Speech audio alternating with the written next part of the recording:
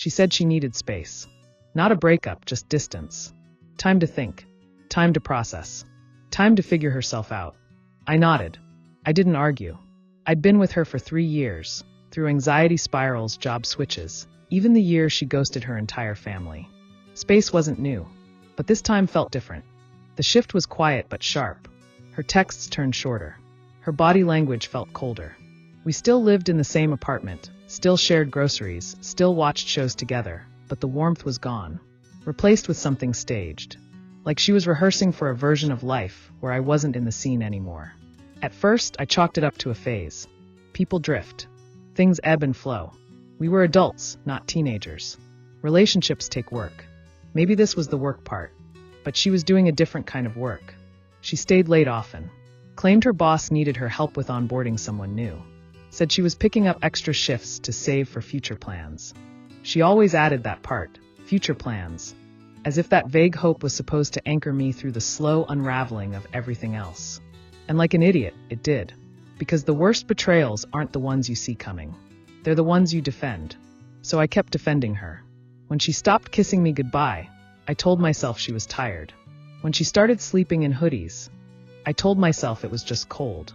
When she locked her phone, I told myself it was about privacy, not secrecy. I ignored the signs. Not because I didn't see them, but because I didn't want to admit that the woman unpacking groceries beside me was already halfway out the door. What I didn't know was that she wasn't walking away from me slowly. She was sprinting toward someone else. I used to think I was good at reading people, that I had this instinct, a sixth sense for when something felt off. But with her, I ignored everything. She stopped talking to me like I mattered. The conversations that once stretched past midnight shrank into one-word answers. She stopped asking how my day was. Stopped remembering the little things like which pasta sauce I liked or which side of the bed I slept on when my back hurt. It was like I had become furniture, useful but unseen. She bought a new dress. I remember it because she told me it was just for fun. She came home with it in a bag from a store she usually said was too expensive, then wore it out the next night. Said it was a birthday party for a coworker I'd never heard of. When she came home, her hair smelled like hotel shampoo. That was a detail my brain filed away quietly. I didn't question it. I just noted it. Then came the ring box. She left her gym bag by the door. I moved it to vacuum, simple, normal, and it tipped over. A small white box rolled out. I didn't open it. I didn't have to. The logo on the lid said enough. A boutique jeweler.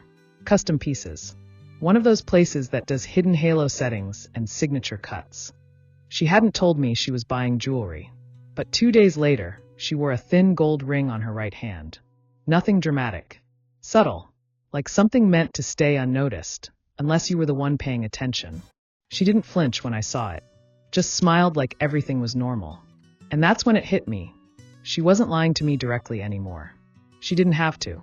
Because she'd already decided I didn't matter enough to lie to. It showed up in the dumbest way. Not through a confession. Not in a dramatic moment of honesty. Just casually. A photo. Posted by a girl I barely knew. One of her work friends I'd seen maybe twice. It wasn't even supposed to be about her. Just a group shot. 4 women. 1 bar. A boomerang of champagne flutes clinking. And then in the background, blurry but undeniable, her. Standing close to someone I didn't recognize. A man. They weren't kissing. They weren't even touching. But their bodies said more than enough. She was angled into him like she belonged there. His hand was midair behind her. The way people hold something they don't want to lose. She had that look on her face. Not surprise, not joy, but safety. And she was wearing the dress. The one she said she got just for fun. The one she wore to that birthday party. I clicked through the friend's profile. Nothing else. Just that post. No tags. No location. But I reverse searched the bar. Found it in under 2 minutes. It was in the same neighborhood where she claimed the party was. And on the bar's Instagram page, a reposted photo from that same night, group picture, higher resolution. And this time, there was no blurriness. There she was, holding hands, with a man in a suit. A man I'd never met, with her left hand proudly turned outward, and on it a diamond ring.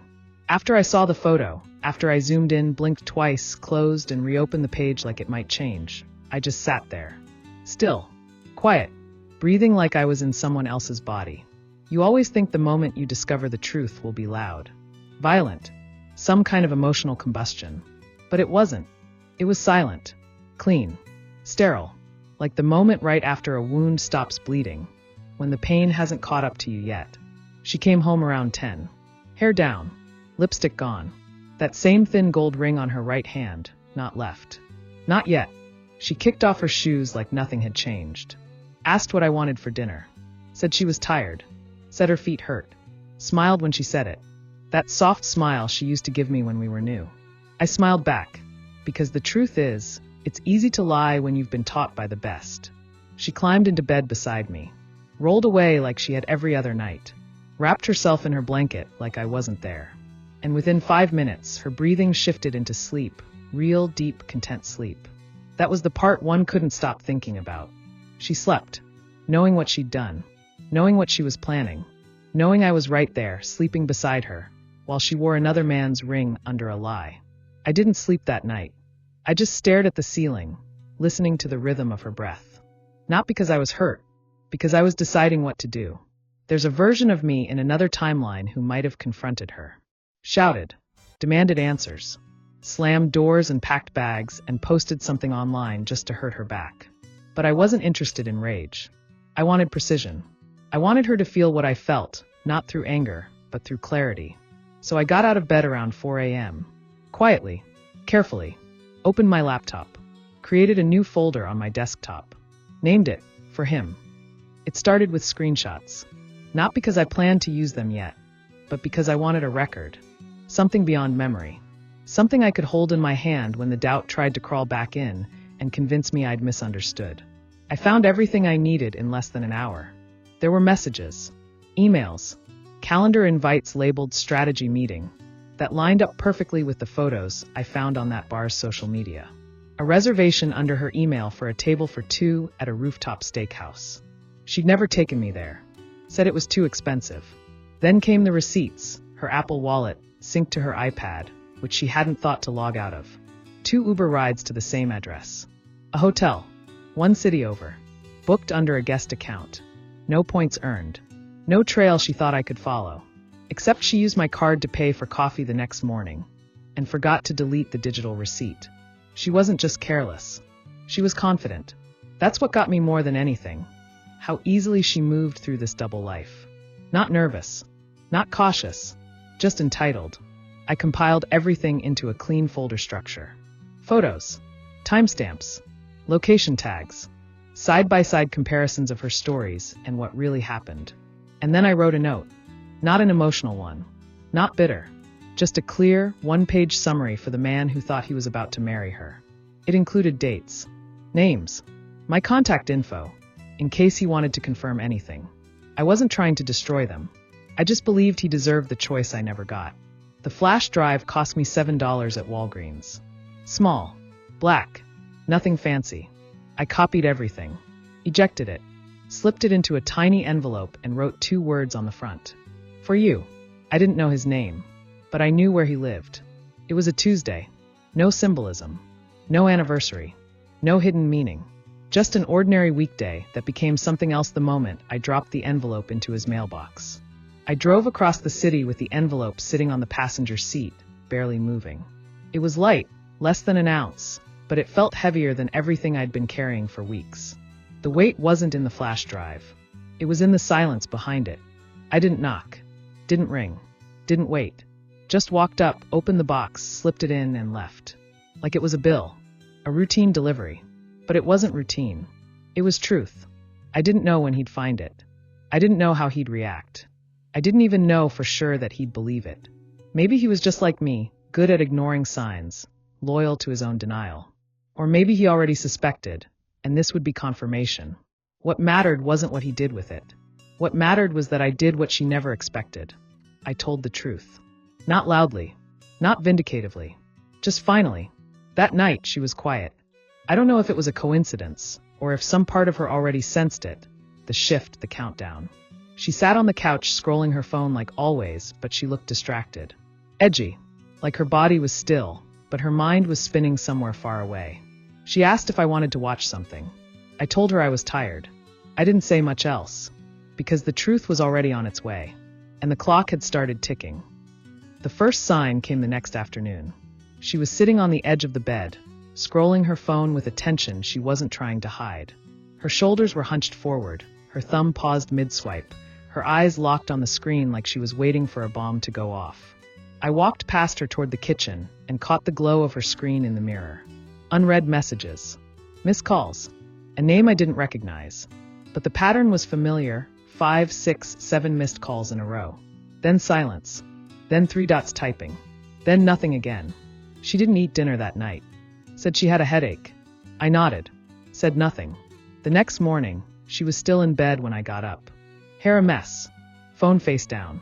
Face pale in that way people get when their world starts to crack, and they haven't figured out how to glue it back together. She didn't go to work. Didn't talk. Didn't even pretend anymore. And that's when I knew he got the flash drive. She tried to act normal for the first few hours, did some laundry, made coffee, opened the windows like that would fix the staleness inside the walls. But by noon, she was sitting on the floor in the hallway, surrounded by half-packed bags. And then she asked the question I'd been waiting for. Did you do something? I looked at her. Really looked. This was the same woman who had lied to my face, made breakfast after sleeping in my bed while wearing another man's ring. The same woman who gave herself a head start and thought I'd just stay where she left me. So I told her the truth. I delivered what you forgot to. That was it. Her eyes didn't fill with tears. She didn't scream. She just blinked, once, and that was when it sank in. The understanding that there was no version of this where she could twist the story back in her favor. Not this time. She packed in silence. Clothes, makeup, charger cables she never returned. No arguments. No apologies. Just tension and the sound of drawers opening and closing like someone slowly dismantling a version of their life they thought would never end. Before she left, she paused in the doorway, like she wanted to say something. I didn't give her the space to. I just looked at her, not with anger, not even sadness. Just the kind of quiet a person earns when they finally stop being fooled. She left. The apartment didn't feel empty after. It felt honest. I deleted the folder that night. Not out of spite. Not because I wanted to erase what happened, but because I no longer needed proof of anything. The truth had already done its job. It had moved through the cracks of her lies and settled in the places she tried to keep sealed. I didn't hear from him. The fiancé, or ex-fiancé now, never reached out. I didn't expect him to. The flash drive wasn't a message for him to answer.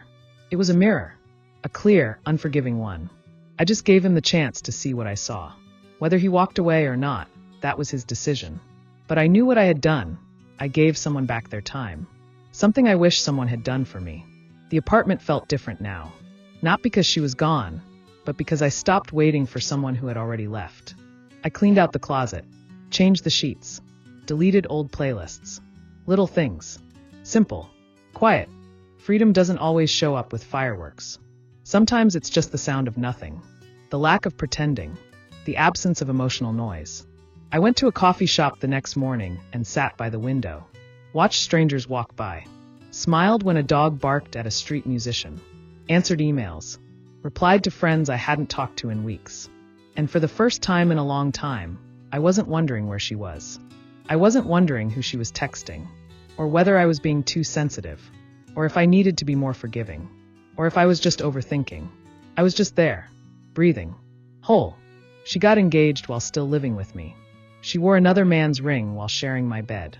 She planned a life while standing in the ashes of ours. But I didn't scream. I didn't plead. I didn't sabotage. I just handed the truth to the one person who needed it most. And then I walked away.